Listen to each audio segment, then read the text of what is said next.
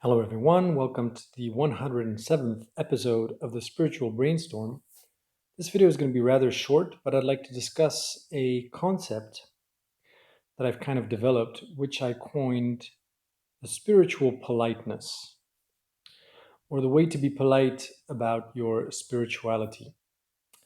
And this is related kind of to the video that I did, the last video, the episode 106, because there I explained that basically you shape your ideas with your thoughts. And so, humans basically have thoughts that affect matter and things around them, and then can give sort of new shapes to things that wouldn't exist without humans, like a car, for instance.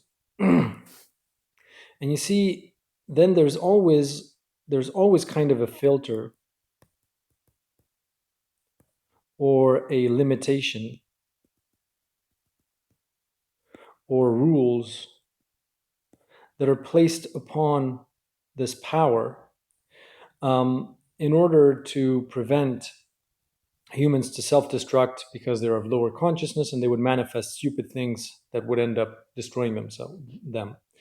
So what they do is these filter limitation rules take on what a form that I call a paradigm usually.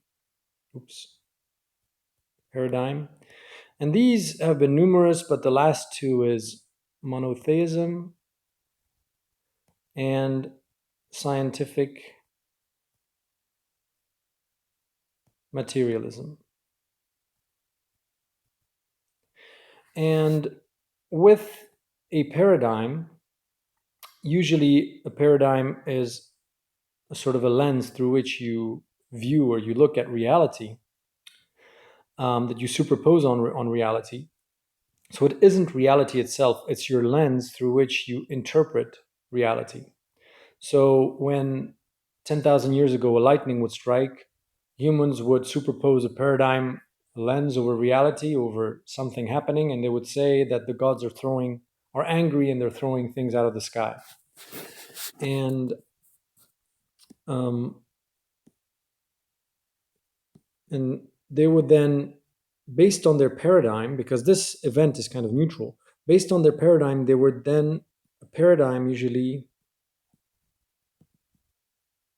leads to action, taking a certain course of action. That's what it's for. Because an animal, for instance, isn't able to create paradigms. It just have a sort of a fight or flight, basic kinds of interpretations for events, like something is dangerous, life-threatening, move away from it. Or something is appealing, or you want to nourish yourself, then you're attracted to it. But a paradigm then allows you to take various courses of action. If you're in an old paradigm, like the gods and what's not that are angry in the sky, then you might do like stuff like rituals and sacrifice animals or sacrifice your youngest son or whatever in order to calm their wrath. And that's not very efficient, of course. And then when you move to a paradigm like scientific materialism, then you can just install, lightning rods on top of houses, and everything is fine, and things happen really well. And that way of interacting with reality, that paradigm that you superimpose upon an event or reality, is then allows you to behave or interact with reality in a more harmonious way. It's not that the scientific materialism paradigm is true, quote unquote. It's not that it's true. It is just that that way of interacting or viewing or superposing that lens upon reality um, makes for a more harmonious interaction than a paradigm based on gods in the sky being angry. And every paradigm then also, I mean, every paradigm sort of tried to conquer people's minds, because the more minds it controls, the more powerful it becomes, and the more you can see this power of humans to manifest ideas through their thoughts um, become visible or prevalent. For instance, the more monotheism took hold, the more churches you would see in the world, and the more religious things would happen. Like you would have miracles. For instance, you had miracles. You had plenty of stories of miracles that happened.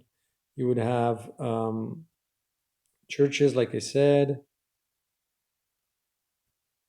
The art would be all linked to the paradigm that is dominant, because that is what the power of ideas was then channeled. That power was channeled towards through this paradigm's lens. And the more minds were controlled by scientific materialism, the more visible the influence of a materialist lens on reality were also appearing. So you started to have technology appearing, um, like cars and planes and all kinds of things, machines.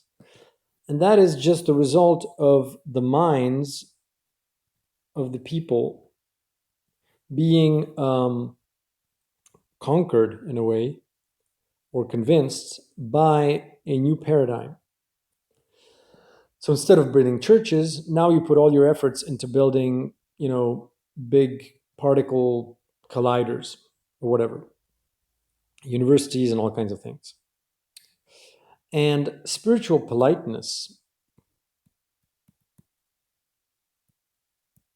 is recognizing the whole mechanism, the filter, the rules, the limitations, and what's really happening underneath. And instead of adopting the strategy that all other paradigms had before, which is try to colonize as many brains as possible, by making your worldview um, kind of inescapable or impossible to reject, monotheism through the book, word of God. So if God said it, then it must be true. And also, threats like hell. If you don't believe in God, if you don't follow the Bible, then you're going to hell. And scientific materialism did the same. It just said basically, empirical facts cannot be denied. They are what they are. They are true because the methodology is sound, and you can't reject science. And you see that now with climate change, for instance. People that are quote unquote climate change deniers are the new heretics, are the new people that are going to not burn in hell, but burn in under climate change, whatever changes. But of course, if you looked at the previous video that I just did, the climate is not a something that happens outside of our control. It is very much created much more than human activity by human thought, in a way, because that's what's underneath everything, anyways. That's what affects everything. That's what affects the weather um, and the climate much more than anything else. It's just that right now we're doing it unconsciously because we're kind of, it's almost as if you didn't have an awareness that you had a hand and you were just slapping everybody around you because you were turning around and your hand was sort of waving on its own, and you'd end up slapping everyone. And then you're like, what's happening?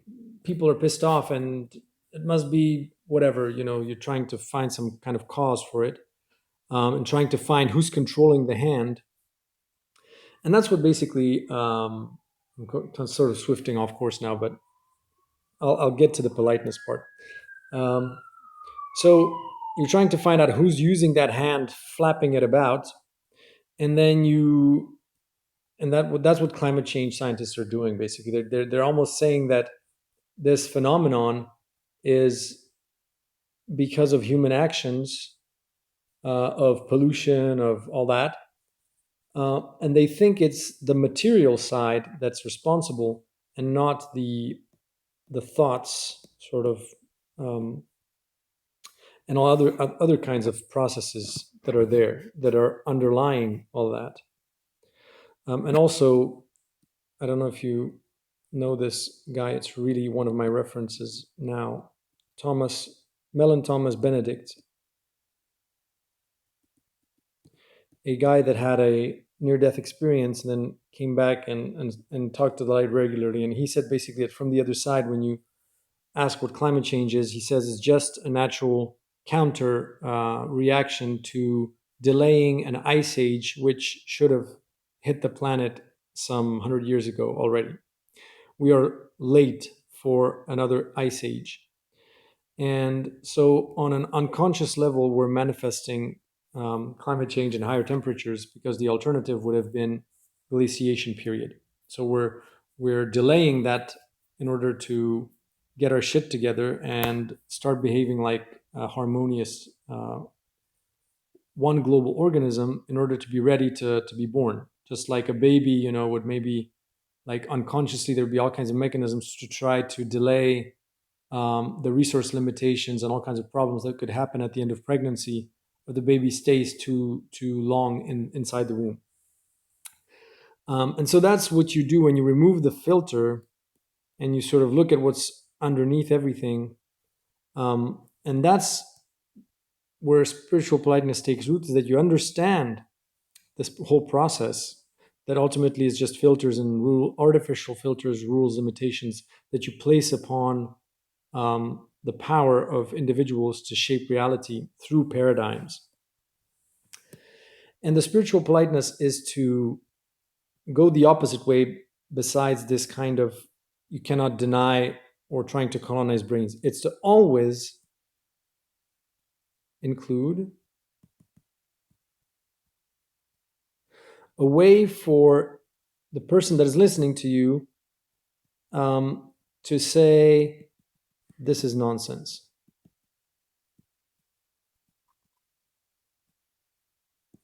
So that's the spiritual politeness. The spiritual politeness is whenever you say anything, whenever you're talking about your point of view, it's not that you should make yourself incomprehensible or to say things that don't make sense on purpose. It is to present things in such a way that people always have the freedom to sort of wave their hand and say this is nonsense without having to put on a struggle.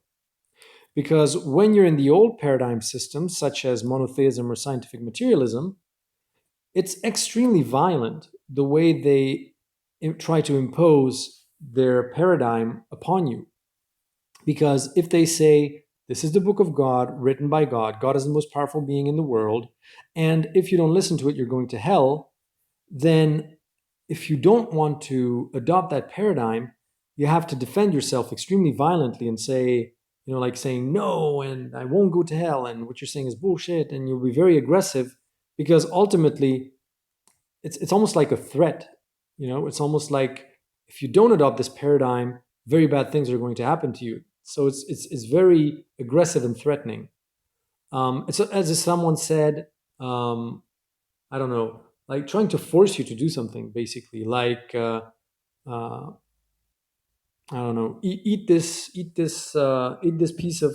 poison, or eat this plant or whatever, and you don't want to, and they're shoving it forcefully down your throat, then you have to also counteract that with violence.